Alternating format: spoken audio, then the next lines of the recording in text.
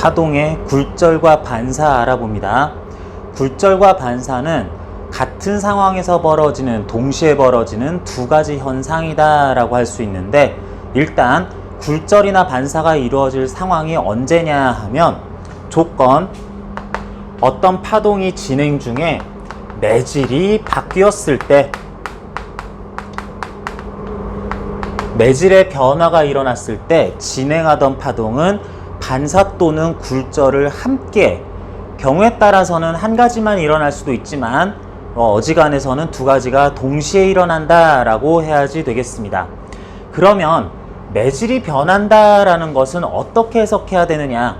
매질이라는 것은 파동이 진행을 하게 되는 매개 물질 자체를 뜻하기도 하지만, 파동의 전파 과정에 있어서 매질이란 그 역할로서 파동의 진행, 전파, 속도를 결정한다 라고 그랬죠. 파동관에서 다시 한번 얘기합니다. 파동의 전파 속도 V는 그 진동수 F 곱하기 파장 람다 해서 정해지며, V, 전파 속도가 매질이 어떤 것이냐에 따라서 진동수 F는 또는 역수 주기도 마찬가지로 파원에서 한번 결정되면 이후 진행 과정에서는 변하지 않는다라고 했고요. 파장값은 그 두 가지가 매질과 파원에서 각각 정의되면 그에 따른 적절한 계산값을 따져서 이런 값을 가져야 되겠구나 라고 나온다고 했습니다. 그러다 보니까 매질이 하는 역할에 속도를 결정하는 역할을 하는데, 그 속도를 상대적으로 더 빠르게, 전파 속도를 빠르게 하는 것을 소한 매질, 상대적으로 역이진할 때는 파동의 전파 속도가 더 느려요 하는 것을 밀한 매질이라고 한다고 그랬죠. 이렇게 파동에 대해서 매질은 그 물질적 특성이 이건 유리야, 물이야, 공기야, 이런 것들 말고도 매질이 속도를 결정하기 때문에 그 속도가 지금부터 나는 왜 느려져야 되지? 지금부터는 빨라질 상황이네 라고 하면은 파동에 대해서는 매질이 바뀌었다라고 할 수 있다는 겁니다. 무슨 얘기냐면, 예를 들어서 물결파 같은 경우에, 물결파, 잔잔한 수면 위에서 진동을 일으켜서 그 파문이 물결이 퍼져나가는 모습, 띵 퍼져나가는 모습, 그게 물결파라고 할 수 있는데, 물결파는 당연히 물이라는 똑같은 매질을 통해서 전파되어야 되는 것 같아요. 그런데 물결파는 해당 물의 깊이, 수심이 깊을수록 전파 속도가 빠르고 얕으면 전파 속도가 느리다라고 했으니까, 같은 물을 담아놓고도 한쪽에서 파동을 일으켰을 때 퍼져나가던 파면에서의 물결은 그 깊이가 얕은 곳에선 느리게 가다가 깊은 곳에서는 갑자기 빨라져야 될 상황이 돼요. 그렇다면 이 물결파 입장에서는 내가 밀한 매질을 지나다가 이제 소한 매질을 지나는 걸로 속도가 바뀌어야 되겠네, 매질이 바뀌었네 라고 인식한다는 겁니다. 똑같은 수도꼭지 물 틀어서 받아놓은 아리수였는데, 밑에 깊이를 얼마나 깊게 상자 같은 걸 받쳐놔서 수면으로부터 깊이를 얕게 했느냐에 따라서 똑같은 물이라도 파동의 성격에 따라 그 속도가 달라질 상황이라면, 두 부분은, 얕은 부분, 깊은 부분은 물결파에 대해서는 다른 매질이다 라고 해야 된다는 겁니다. 자, 그런 식으로 매질 변화를 판단을 해야 되는데, 모든 파동들은 기본적으로 반사와 굴절을 모두 할 수가 있어요. 그래서 우리가 더 자주 반사와 굴절 관해서 예를 드는 파동이 빛이에요. 전자기파라고도 할 거고 빛이라고도 할 건데, 빛이 굴절 또는 반사를 하는 모습을 조금 더 자세히 살펴봅시다.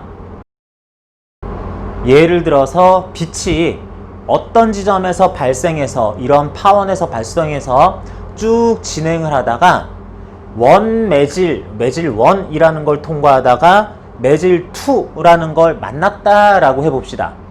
어떤 빛이 발생한 다음에 가다가 이런 공간에서 가고 있었는데 새로운 매질을 만났을 때 발생하는 현상을 얘기할 때 매질 경계면이라는 것이 있겠네요. 여기는 뭐 공기, 여기부터는 물, 얼음, 유리 그런 게 있을 테니까 두 가지 물질이 맞닿은 판판한 면이 이렇게 있다고 합시다. 뭐라 그런다고요? 매질 경계면에 대해서 자, 빛이 와도 되고 뭐 다른 물결파나 소리가 와도 괜찮은데 지금은 일단 빛이 오고 있다고 했고요. 1, 2라는 매질이 있는데 이게 빛이 모두 통과할 수 있는 거라고 합시다. 뭐 가시광선 기준으로는 두 가지 물질이 모두 다 투명한 거다라고 할게요. 그런데 어쨌든 매질이 서로 다른 거였다면 공기, 물, 유리 뭐 이런 거였다면 경계면까지 온 빛은 여기서 두 가지 현상이 나타납니다. 하나는 반사, 하나는 투과라는 게 나타나기는 해요. 반사와 투과가 나타난다. 자, 그런데 반사라는 건 어떻게 나타나느냐? 쭉 오던 빛이 매질 경계면에 대해서 법선을 하나 그릴 거예요.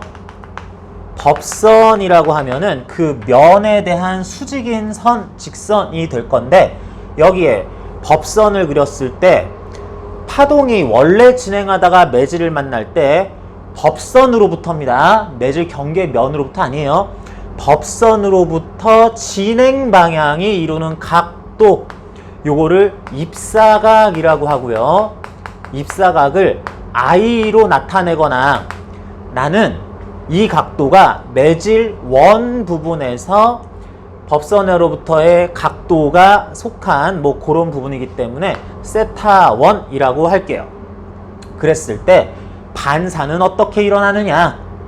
오던 방향에 대한 법선으로부터의 각도 입사각과 갈 방향이 그 똑같은 법선으로부터 얼마만큼 각도를 가지느냐 하는 것을 반사각이라고 할 텐데 이 반사각은 오던 부분의 입사각과 같은 크기로 이루어진다라고 해요. 이걸 무려 반사의 법칙이라고 합니다. 상식적으로 왠지 그럴 것 같잖아. 어떤 면에 뭔가가 오다가 반사가 이루어질 때는 오던 각도 그대로 가셔야 될 것 같잖아요. 이걸 가리켜서 맞는 말이기는 한데 반사의 법칙이라고 따로 또 부르기도 한다는 거 이것도 기억은 해 두시고요. 반사의 법칙 생각보다 싱거운데 파동이 한번 오다가 매질 경계면에서는 그 파동이 일부는 반사되고 일부는 투과한다 라고 그래요. 예를 들면 빛일 경우에 쓰는 빛이 오다가 여기에서 나눠지면서 강한 빛이 오다가 일부 약한 빛이 되면서 약한 빛이 좀 반사도 되고 나머지 세 개의 빛은 이 나머지 새로운 매질을 뚫고 지나간다. 그래서 투과라고 원래 합니다. 그런데 이와 같은 투과가 일어날 때는 오던 방향 그대로 계속 가세요 이러는 게 아니라 가는 와중에 원래 방향이 꺾여서 가요. 이 꺾임 현상을 사실은 굴절이라고 합니다.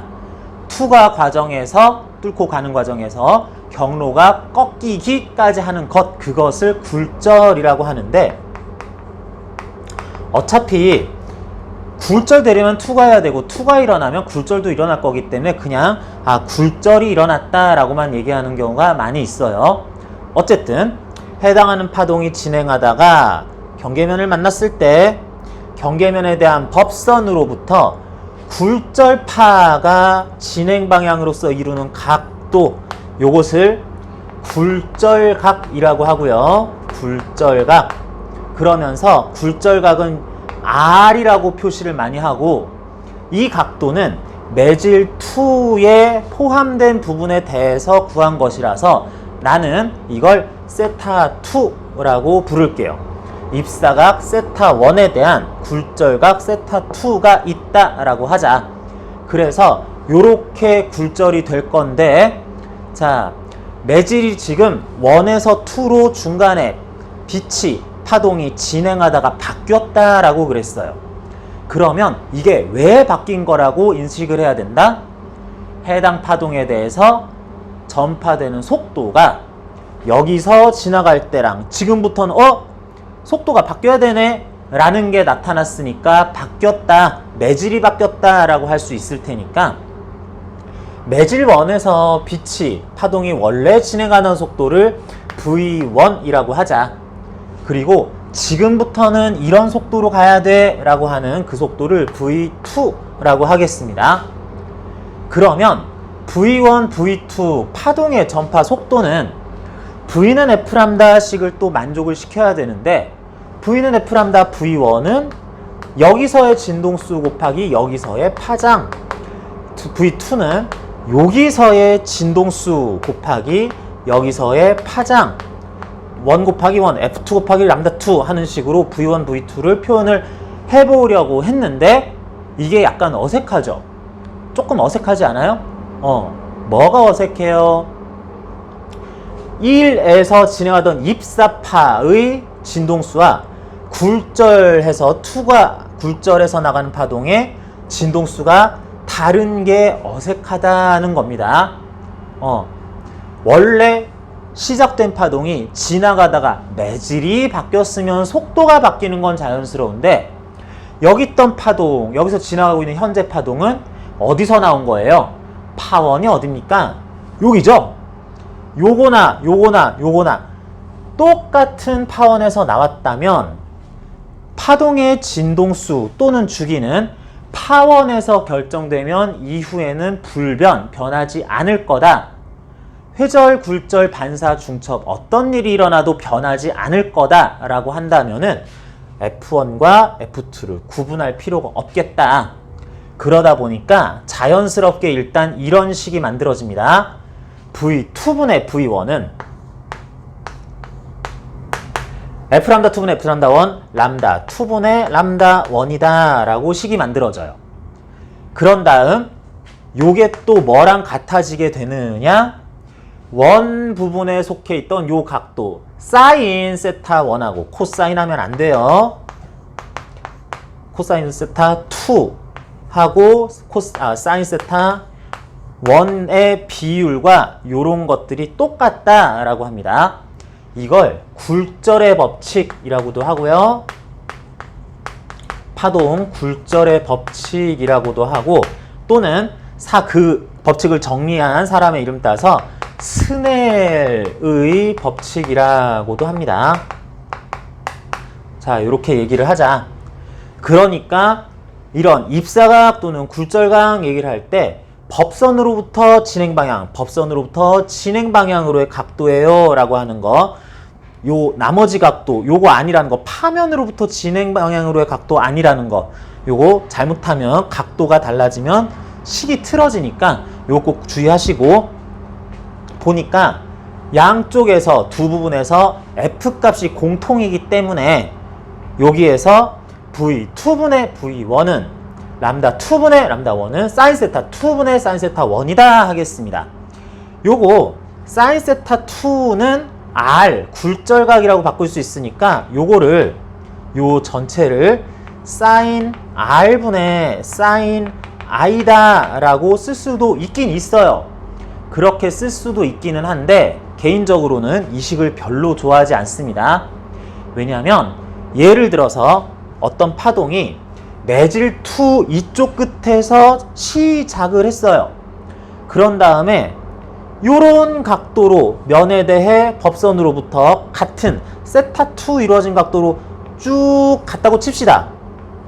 그러다가 매질 1을 만나면 여기서 쭉 나가게 될 때 여기에서 아까 전에 세타 2였던 각도로 들어간다면 이쪽에서는 세타 1이라는 똑같은 각도를 가지고 오던 길 요렇게 갔으면 2에서 요렇게 갔으면 1에서도 똑같은 방향으로 똑같은 각도를 가지고 굴절돼서 가게 돼 있어요. 그러다 보니까 요렇게 올 때는 세타 1이 입사각 I였고 여기서는 세타 2가 굴절각 R이었었는데 똑같은 각도 관계인데 방향만 바뀌어버리면 그러면 이번에는 이게 입사각 역할을 하게 되고 요게 굴절각 역할을 하게 되는 거죠.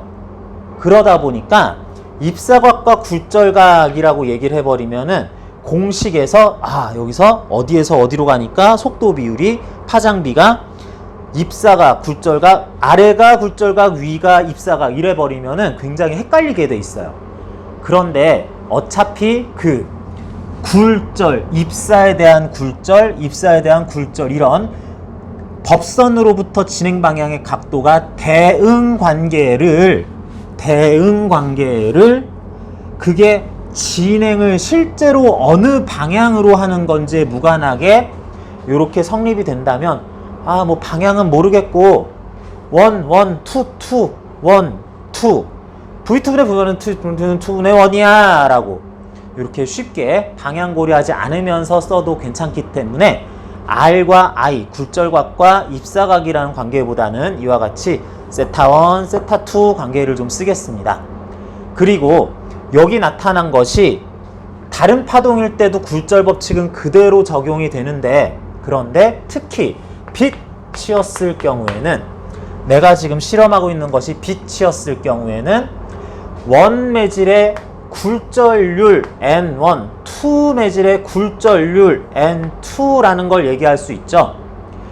N1은 뭐예요? N1은 그 매질을 통과할 때의 빛의 속도분의 진공 중에서의 속도, 그 매질 통과할 때의 속도, 빛의 속도분의 진공 중의 속도가 될 거기 때문에 또한 이렇게 해서 나타낸 V2분의 V1은 N1분의 N2다 라고 할 수 있고 나머지는 2분의 1 갔을 때 N만 1분의 2로 좀 고쳐주면은 이제 굴절 법칙이 완결이 된다라고 하겠습니다.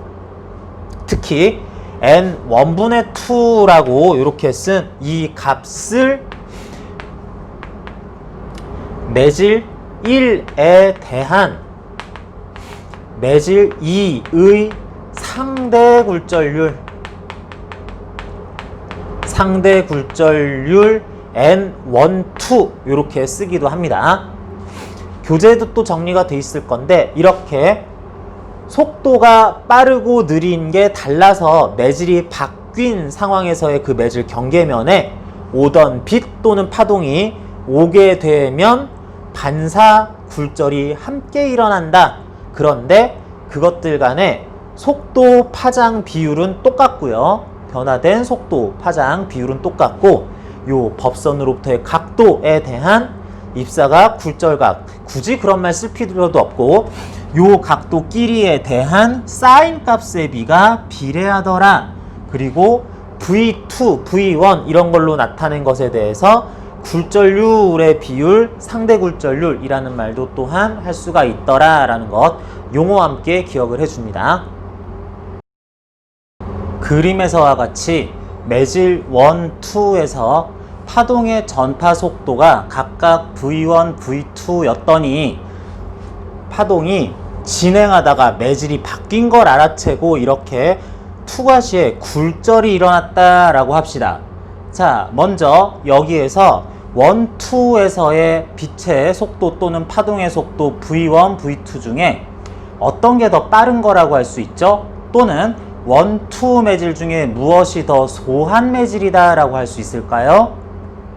자, 스넬의 법칙, 굴절 법칙을 안다면 매질 경계면에서 법선을 그은 다음 그로부터의 진행 방향으로의 각도 요게 세타 1, 요게 세타 2라고 했을 때 요 각도가 요 각도보다 더 크니까 사인 값도 더 클 것이고 그렇다면 굴절 법칙에서 V2분의 V1은 사인 세타 2분의 사인 세타 1이라고 해야 된다면 2보다 1이 더 크니까 사인 값도 더 크니까 V 값도 더 크겠다. 요게 소한 매질 2가 밀한 매질이라고 해야지 되겠다. 이런 것도 판단이 가능하겠습니다. 그런데 해당 파동이 그 매질에서 진행하는 속도는 해당 파동의 진행 방향과 무관할 것이기 때문에 지금 현재 상황에서 V2분의 V1은 고정이라고 할 수 있어요. 그러면 사인 세타2분의 세타1도 일정한 비율을 계속 가져야 될 텐데 지금 여기에서 파동이 진행하는 각도가 만약에 여기서 더 커지면 어떻게 될까요? 세타1 프라임이 되면 어떻게 될까요? 그러면 사인 값이 커지니까 그 각도에 대한 비율을 맞추기 위해서 사인 세타 2라는 각도로 이렇게 아까보다 나도 더 커진 각도로 나가면 되겠네요. 물론 이때에는 반사가 이와 같이 새로운 각도와 각도로 이루어지면 되겠습니다. 반대로 입사각이었던 세타1이 세타1 2' 이렇게 더 작은 각도가 된다면 어떻게 될까요? 그러면 이 사인값 비율을 유지하기 위해서는 각도가 굴절각 세타2에 해당할 각도도 더 같이 작아지면 되겠다. 이렇게 세타2 2'이요. 이런 식으로 작아지면 되겠습니다. 이는 다시 한번 얘기하는데 1에서 2로 갈 때, 1에서 2로 갈 때 뿐만이 아니라 2에서 1으로 갈 때도 2에서 1으로 갈 때도 다 적용이 되는 공식이고 각도예요. 입사각, 굴절각이라는 순서가 바뀌어도 똑같은 각도 관계를 가진다. 그래서 방향과 무관하게 굴절 대응각 관계가 있겠다라고 했을 때 그 대응각들이 어떻게 만들어질 거냐면 원매질에서 법선으로부터의 각도가 제로일 때부터 기준으로 굴절각도 일종의 제로가 될 때가 있을 텐데 그때부터 각도가 점점 커질 때 2에서의 각도도 따라서 점점 커지되 항상 법선으로부터의 각도는 요것보다만 작은 숫자 값을 유지하면서 작게 해서 이런 식으로 굴절 대응각들이 만들어지겠다. 조금 더 가볼까요? 쭉쭉쭉쭉쭉 여기서 요렇게 들어오면 이쪽에서는 그거보다는 작게 요렇게 가거나 더 많이 누워서 들어오면 이쪽에서도 더 많이 누워서 들어오도록 하다 보면 결국에는 거의 89.99도 90도에 가깝게 여기 각도를 가지고 들어오면 90도 89.99도보다는 작게 이렇게 나가거나 매질 2에서 발생한 파동이 이런 각도로 들어가게 되면 그때는 또 89.99도 이런 식으로 진행을 하게 될 것이다. 그래서 이렇게 법선으로부터의 각도 0도부터 거의 90도까지 해당하는 밀한 매질에서의 굴절 대응각을 그리다가 이렇게 왔다 갔다 할 수 있는 이런 각도들을 그리다 보면은 이제는 더 이상 매질 1에서 들어올 수 있는 각도는 더 이상 없이 다 조사했다라고 그럴 때 그렇게 들어오면 여기선 이렇게 가야 된다는 각도가 다 찾아졌다라고 할 것인데 나는 이쪽에서 요렇게 들어오는 방법이 남았어. 요렇게 들어오는 방법도 남았어 라고 매질 2에서 주장을 하겠네. 여기서는 자기 짝꿍을 다 만들어서 입사에 대한 굴절각을 다 찾았는데 밀한 매질에서 나는 그러면 어떻게 굴절돼서 가야 됐냐 그랬을 때 네 짝은 없어가 돼버리죠. 그러면 요렇게 오던 파동, 빛은 어떻게 하면 되겠어요?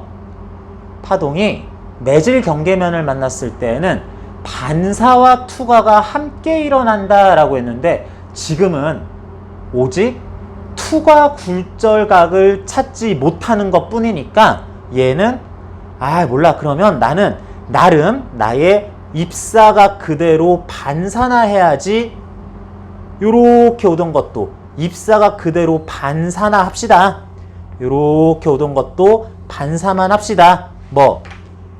굴절 투과하기에는 대응각을 못 찾을 것들은 반사는 그래도 같은 각도로 할 수 있으니까 모두 다 반사가 된다. 일부 반사가 아니라 나는 모두 다 반사만 된다라고 해서 이런 영역에서 미란 매질로부터 입사한 파동 빛들은 모두 다 반사만 이루어진다라고 해서 이 현상을 전반사라고 할 겁니다. 무슨 얘기냐? 가시광선, 눈으로 볼 수 있는 광선 기준으로 하면 가시광선이 일단 다 투과를 할 수 있어야 돼요. 불투명하거나 그러면 일단 투과 자체가 원래 불가능했기 때문에 좀 논외로 하고, 가시광선 빛 중에서 가시광선 기준으로 1매질, 2매질을 붙여 놓을 건데, 예를 들면 공기에 대해서 물 붙여 놓을 건데, 공기든 물이든 다 투명하기 때문에 원래는 빛이 다 통과할 수 있어야 돼요. 가시광선이 통과할 수 있어야 돼요. 그러는데 1매질에서 공기에서 이렇게 들어온 빛은 2매질에서도 물에서도 이렇게 통과하고, 이렇게 온 빛은 여기서 이렇게 좀 꺾여가고, 이렇게 온 빛은 이렇게 꺾여가면 다 돼요. 그러는데 물에서 가던 빛은 이렇게 투명하니까 통과를 하다가 너무 법선으로부터, 경계면 법선으로부터 큰 각도로 경계면에 붙어서 가게 되면 이게 투명함에도 불구하고 빛이 투과하지를 못하고 난 그냥 튕겨 나가기나 할래 라는 현상이 벌어진다는 겁니다. 투명하다라는 조건에 대해서 아니 빛이 여기를 통과를 왜 못해? 하는 이상한 것처럼 보이는 현상도 나타난다라는 얘기예요. 그 현상을 모두 전부 반사만 된다라고 해서 전반사 현상이라고 한다. 자, 전반사 현상이라는 굴절 투과 과정의 약간 독특한 경우에 대해서 얘기를 했는데, 전반사라는 현상은 그러면 기본적으로 어떤 상황에서 벌어지는 현상이다? 조건 또 두 가지예요. 첫 번째, 소한매질에서 들어오고 밀한매질로 계속 가는 동안에는 일어나지 않고, 밀한매질에서 소한매질로 가다가 만났을 때 그 경계면에서는 일어날 수도 있다. 반대의 경우에는 항상 다 투과를 한다라고 해야 되겠고요. 두 번째 조건으로 밀에서 소로 가면 항상 전반사가 되는 것이 아니고, 밀에서 소로 제법 큰 입사각을 가지고 가려고 할 때 일어나더라. 밀한 매질에 대해서 큰 입사각을 가지고 가려고 할 때, 그럴 때 전반사 현상이 나타난다 합니다. 그런데 상당히 큰 입사각이라고 하는 것이 도대체 얼마나 커야 하는가에 대해서 기준이 있는데, 요 입사각으로서 어느 정도 이상이어야 된다. 지금 보기에는 요 노란색으로 그린 요 경로 각도 이상이죠. 그럴 때 요 각도보다는 커야 된다라고 하는 이 경계값을 전반사 임계각이라고 합니다. 전반사 임계각보다는 큰 각도로 입사하면 전반사 임계각에 해당하는 빛의 경로보다 더 경계면에 붙어서 입사를 했을 때에는 전반사가 일어나더라 라고 합니다. 그러면 그 전반사 임계각이라는 것에 대해서 구할 줄도 알아야 되겠는데, 전반사 임계각에 대해서는 예를 들어 1 소한매질, 2 밀한매질, 속도 여기서 빨라 느려, 속도 빨라, 속도 느려 라고 했을 때는 빠른 매질, 속도, 전파 속도를 빠르게 하는 매질에서의 그 굴절각 또는 입사각이라고 할 것 세타 1을 90도라고 만들면, 2분의 파이 라디안 90도로 만들면 그때 대응하는 밀한 매질에서의 굴절 대응각이 요게 전반사 임계각 될 것이고, 보통 그 전반사 임계각을 I 크리티컬 해서 IC라고 표현을 합니다. 그래서 변형을 해보면 사인 90도 1 나올 거니까 사인 IC, 사인 임계각은 사인 임계각 세타 C 또는 IC는 V1분의 V2 라고 빠른 매질, 느린 매질, 전파 속도를 빠르게 하는 매질분의 전파 속도를 느리게 하는 매질의 속도오비 또는 파장비로도 쓸 수 있겠죠. 요렇게 구할 수 있겠습니다. 임계각은 그래서 나머지 대응각이 90도에 해당할 것이기 때문에 1로 떨어지고 요 각도의 사인 값이 뭔가 속도비로 나타날 건데 당연히 사인 값은 0에서 1 사이일 수밖에 없으니까 여기에다가 그냥 이 빠르네 속도, 느리네 속도, 사인 값이 뭔가 어떻게 되던데 했을 때 당연히 둘 중에 빠른 속도분의 느린 속도 요 비율로 사인 값이 나올 그 각도가 미란 매질에서의 전반사 임계각이겠구나 라고 좀 빠르게 풀 때는 헷갈리지 않도록 이렇게 기억을 해도 괜찮겠습니다.